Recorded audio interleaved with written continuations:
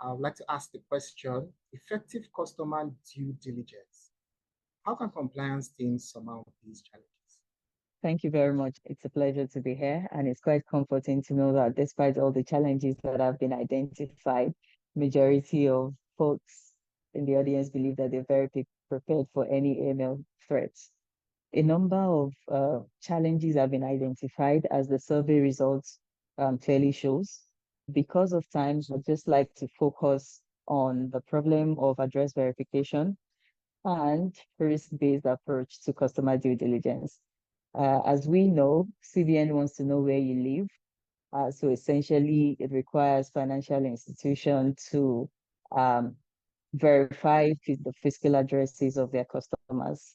The challenge here really is more from the angle of balancing business and compliance needs. A lot of institutions believe that compliance is just a cost center and you're just demanding money for one tool or the other. They're not quite convinced about whether it is necessary for you to do certain things that the regulator itself has considered mandatory. It's not so much about not knowing what to do to verify addresses. It's more from a cost perspective. The average cost of physical address verification ranges between, I think, 1.5 to 2.5 per customer, with the risk of having to re-verify if it fails, meaning you have to pay again.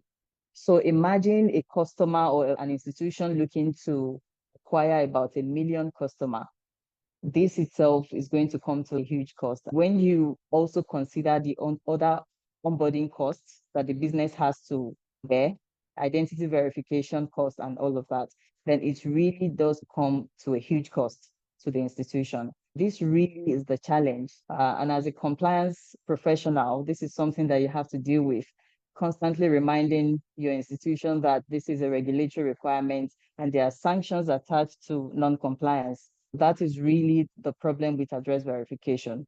Talking about risk-based approach to customer due diligence, this is something that is required by extant AML regulations. And simply put, risk-based approach requires that financial institution put in place specific measures and controls that are commensurate with the AML, the money laundering and terrorism financing risk that the business faces. It is tailor-made rather than having a checklist approach to customer due diligence. I suspect that the problem here really is operationalizing RBA when it comes to CDD. But the strategy, especially as recommended by the regulator, is to first undertake a comprehensive risk assessment of the business. For example, you're looking to acquire 100 customers. Not all 100 people will pose the same level of risk to your business because there'll be different customer types looking to access different products and services. They will operate from different jurisdictions. The channel of delivery of the product to them will not be the same, most likely. Because of this, you would have to take a risk-based approach. This essentially requires you to assess the risk that the customer poses to your business critically from 4 primary risk metrics. And this includes evaluating the customer type. There are some customers that by default are high-risk customers. You have PEP, you have cash-intensive businesses as examples. However, the customer type alone does not define the risk that customers present to your business. You also have to consider the products and services that you're offering. Your typical savings products will not rate the same as, let's say, an investment product or a product that allows customers to do instant wire transfers with minimal oversight by the institution, for example. You also have to consider the geographical location of the business itself, as well as the customers, right? You also have to consider the channel of delivery of the product. For example, if you have non-face-to-face customers, you have to specifically implement measures that will be commensurate with the channel of delivery. As clearly stated in extant regulations for non-face-to-face customers, you have to implement measures to ensure that the customer is saying, for example. This leads to implementing some technological tools that allows you to do liveness check, multi-factor authentication to ensure that whoever is presenting themselves to you as a customer is actually who they say it is, and there is no identity theft and all of that. It's the combination of critical assessments of all of these metrics that would let you know whether a customer poses high, medium, or low risk to your business. This is what would guide the CDD measures that you would undertake with regards to the customer. With low risk customers, that you do your simplified DD.